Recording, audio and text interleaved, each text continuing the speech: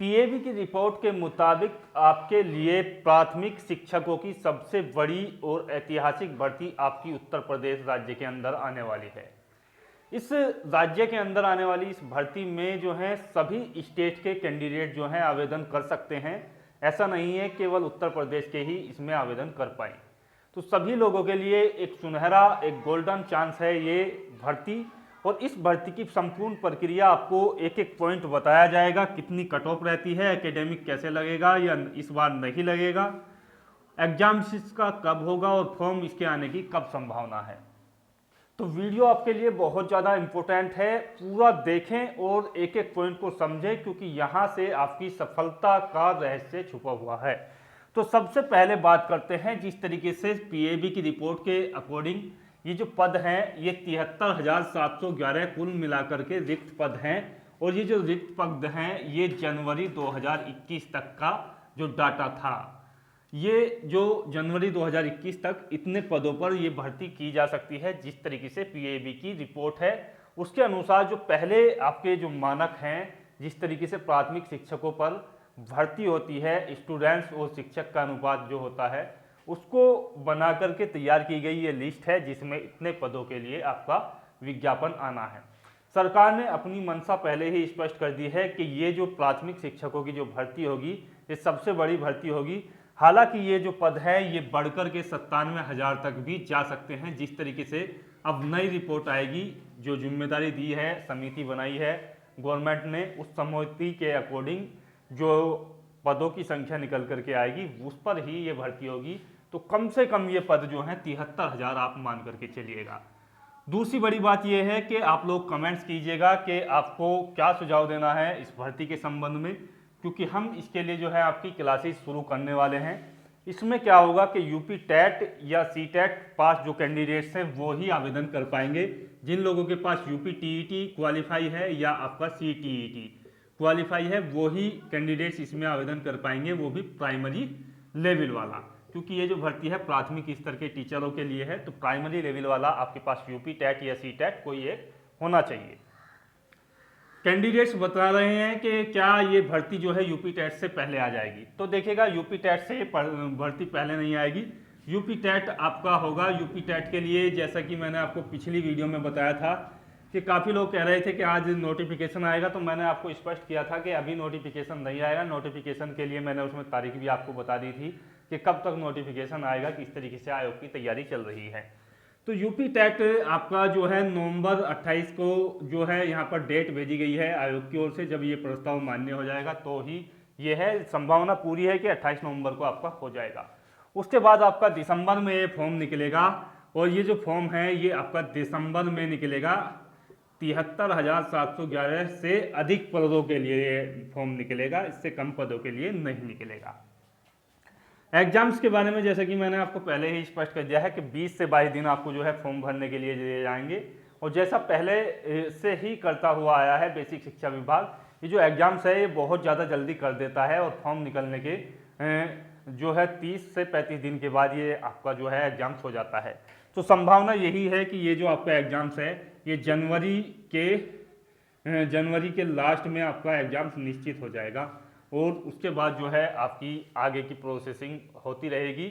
लेकिन ये जो एग्जाम्स है ये मेन होता है। यदि एग्जाम्स हो जाता है तो फिर आगे की प्रक्रिया धीरे धीरे चलती रहती है।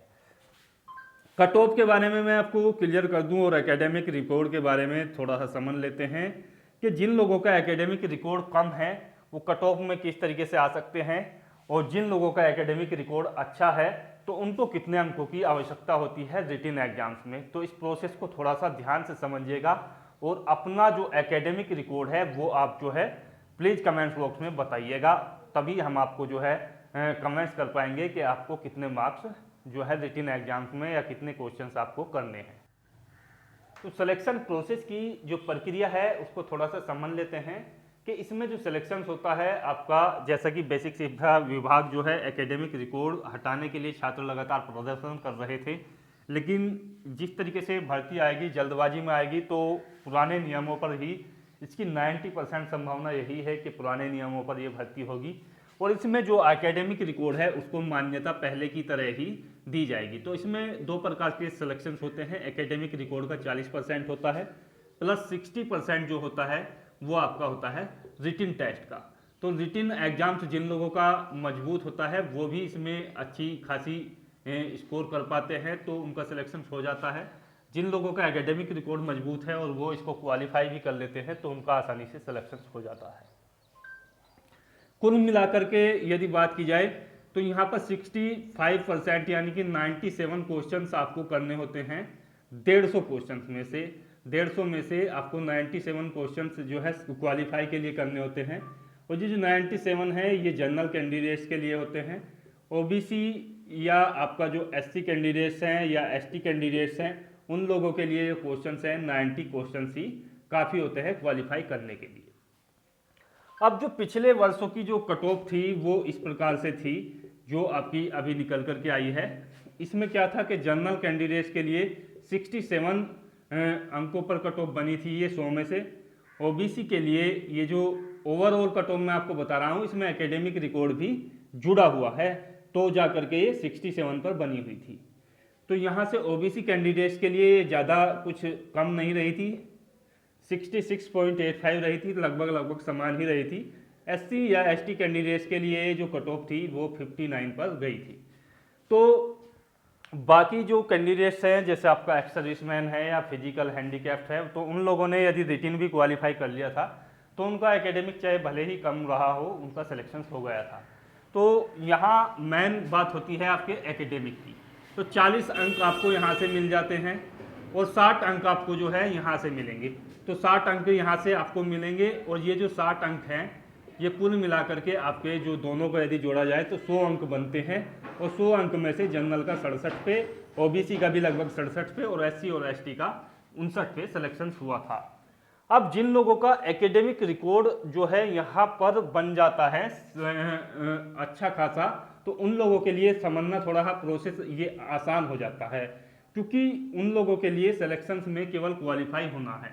यदि 27 प्लस आपका जो है एकेडमिक रिकॉर्ड है, एकेडमिक रिकॉर्ड यदि आपका 27 प्लस है तो आपको जो है केवल क्वालिफाई करना होगा। क्वालिफाई से मेरा मतलब ये है कि 150 में से आपको जो है यदि आप जनरल में हो तो आपको 97 सही करने होंगे, और ओबीसी या एससी या एसटी में हो तो आपको केवल 90 क्वेश्चन यदि आप क्वालिफाई कर लेते हो तो आपका सिलेक्शन हो जाएगा, यदि आपका एकेडमिक रिकॉर्ड जो है 27 से प्लस में है।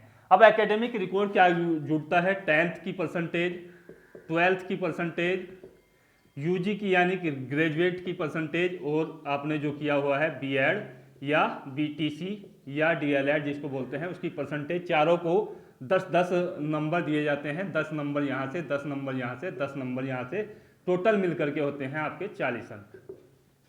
अब 10 में से यदि आपकी परसेंटेज 60% है तो आपको 6 नंबर मिलेंगे, 65 है तो 6.5 मिलेंगे। इस तरीके से अंक आपके होते हैं। तो अपने अंक जोड़ करके आप जो है कमेंट्स बॉक्स में जरूर बताइएगा। तो जिन लोगों का 27 प्लस में स्कोर है तो उन लोगों को केवल क्वालिफाई करना है।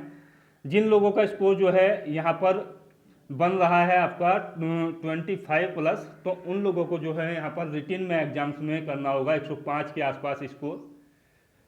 यदि आपका जो स्कोर है वो 20 से 25 के बीच में है तो आपको जो है 115 प्लस क्वेश्चंस यहाँ पर करने ही होंगे। यदि 20 से आपका कम है, 20 से कम है तो आपको जो है यहाँ पर 125 प्लस क्वेश्चंस के लिए मेहनत करनी होगी, क्योंकि काफ़ी कैंडिडेट्स पुराने कैंडिडेट्स हैं, उन लोगों का जो एकेडमिक है वो कम है तो उनको ज़्यादा मेहनत करनी होगी। काफ़ी कैंडिडेट जो है 20 से 25 के रेशो में है, तो उन लोगों के लिए रिटिन एग्जाम्स काफ़ी महत्वपूर्ण हो जाता है। 150 में से आपको 115 करने होंगे, क्योंकि 2.5 क्वेश्चंस के लिए आपको जो है 1 अंक यहाँ पर मिलता है। तो बहुत ज़्यादा इंपॉर्टेंट हो जाता है यहाँ से 1 अंक निकालना, क्योंकि आपका एकेडमिक जो है बहुत कम है। तो प्रोसेस को आप समझ चुके होंगे किसके लिए क्या होना है और सिलेक्शंस आपका कैसे होगा।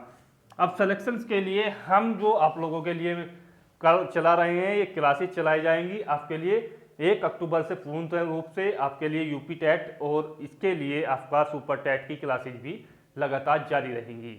तो आप जो है चैनल को सब्सक्राइब कर लें, बिल्कुल फ्री में आपको जो है PDF वगैरह भी मुहैया कराए जाएंगे। किसी प्रकार का पेड कोर्स आप लोगों के लिए नहीं है, आशा करता हूँ वीडियो बेहतर लगा होगा। शेयर कीजिएगा। जय हिंद, धन्यवाद, जय भारत।